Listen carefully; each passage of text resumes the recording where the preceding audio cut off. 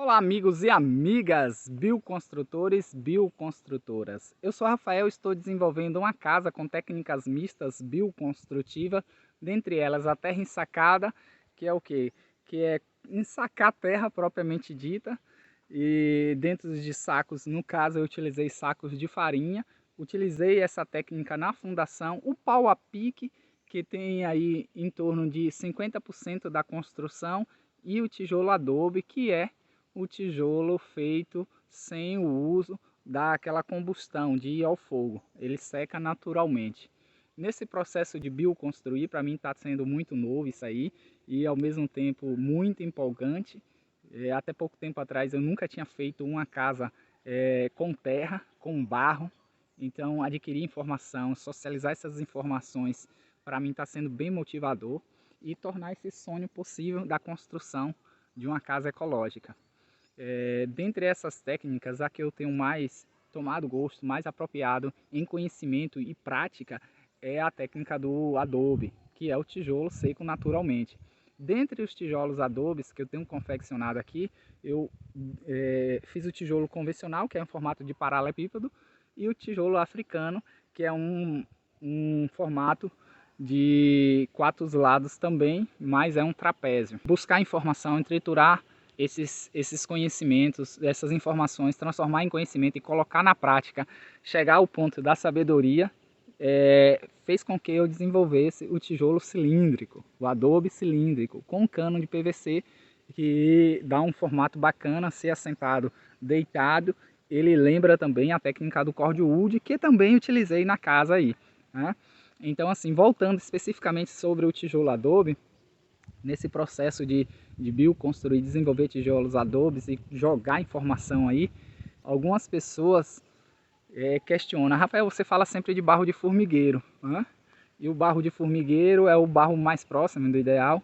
Então veja aí uma explicação reduzida acerca do porquê de eu usar o barro de formigueiro.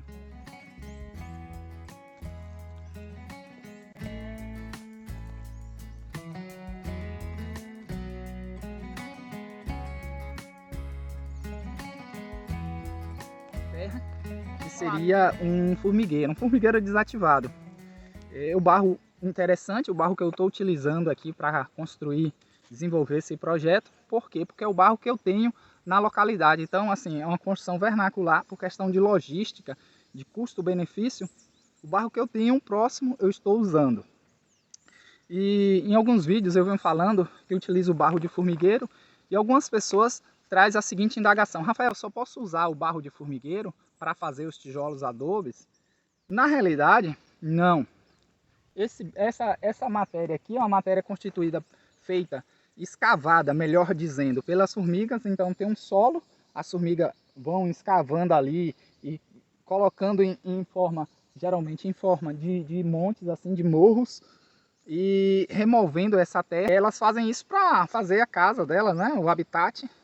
E nesse processo aí físico e químico, até porque sai a baba da formiga ali, deixa um barro bem interessante para se construir com terra. Para o tijolo adobe, eu costumo equilibrar, porque essa terra aí tem muita argila. E para o tijolo adobe precisa estar equilibrado. Equilibrado como, Rafael? Precisa ter um percentual de areia e um percentual menor de argila.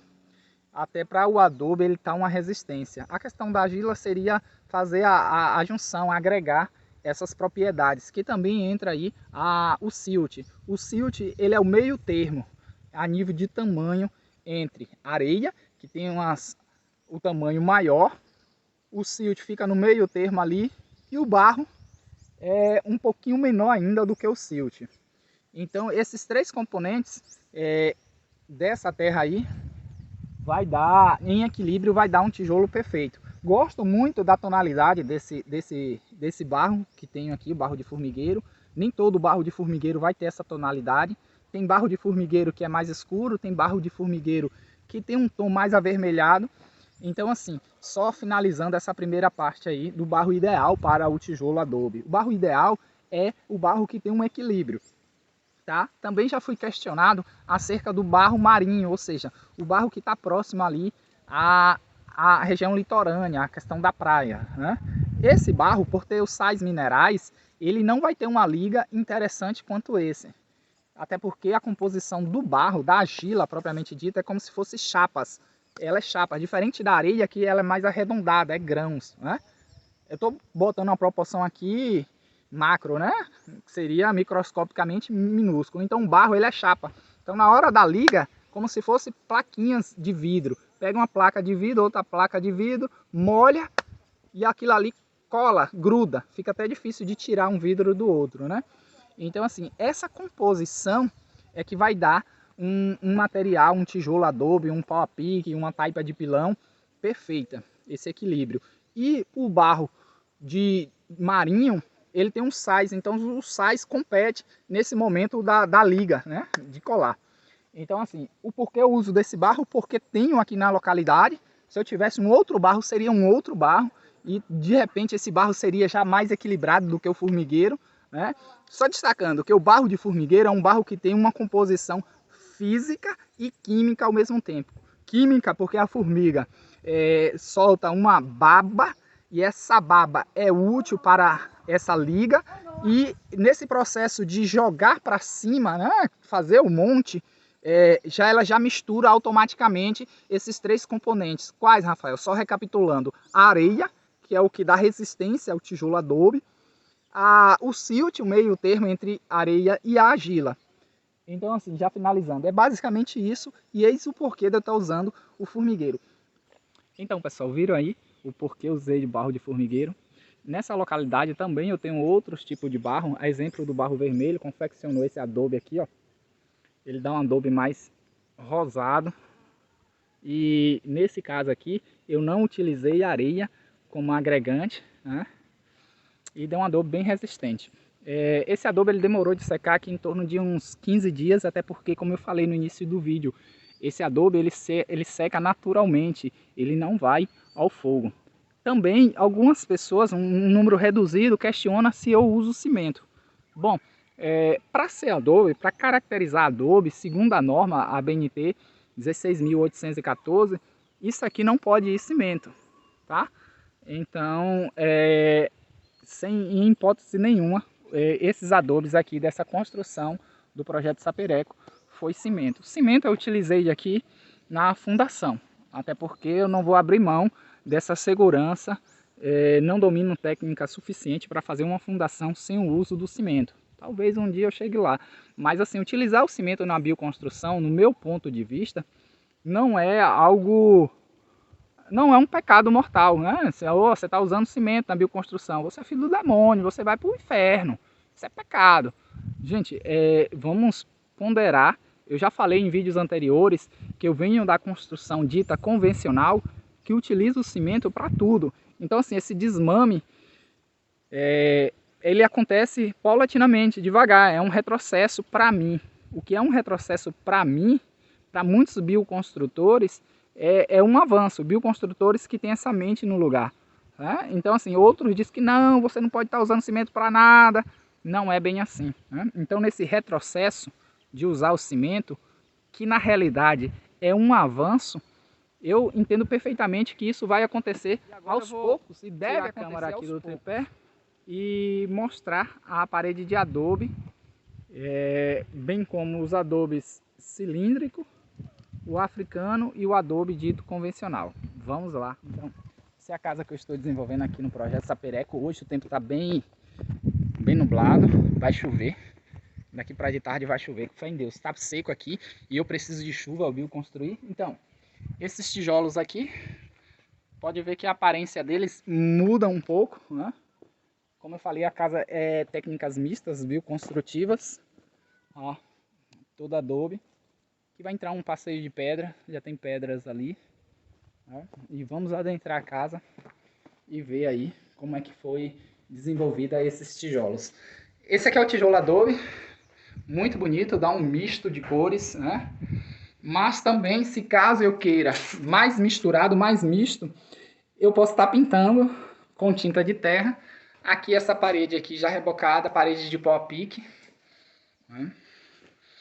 Aí é isso, esse quarto aqui, ó, todo um tijolo adobe também. que eu estou desenvolvendo. Os adobes cilíndricos, né? Optei em usar só 4 aqui, por uma questão de ideal.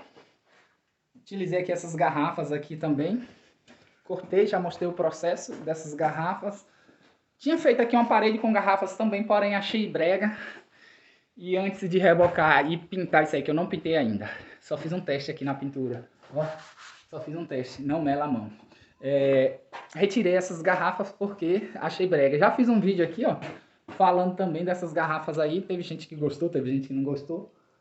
Minha filha não gostou, então assim, pra mim, se minha filha, minha esposa gosta, já tá valendo, né? Aqui eu vou fazer um floral. Tô fazendo um passo a passo aqui também disso aqui. E assim, a questão ecológica e econômica, que eu falei lá no início, quando tava falando do barro de formigueiro, esses ladrilhos aqui foi achado no lixo, né?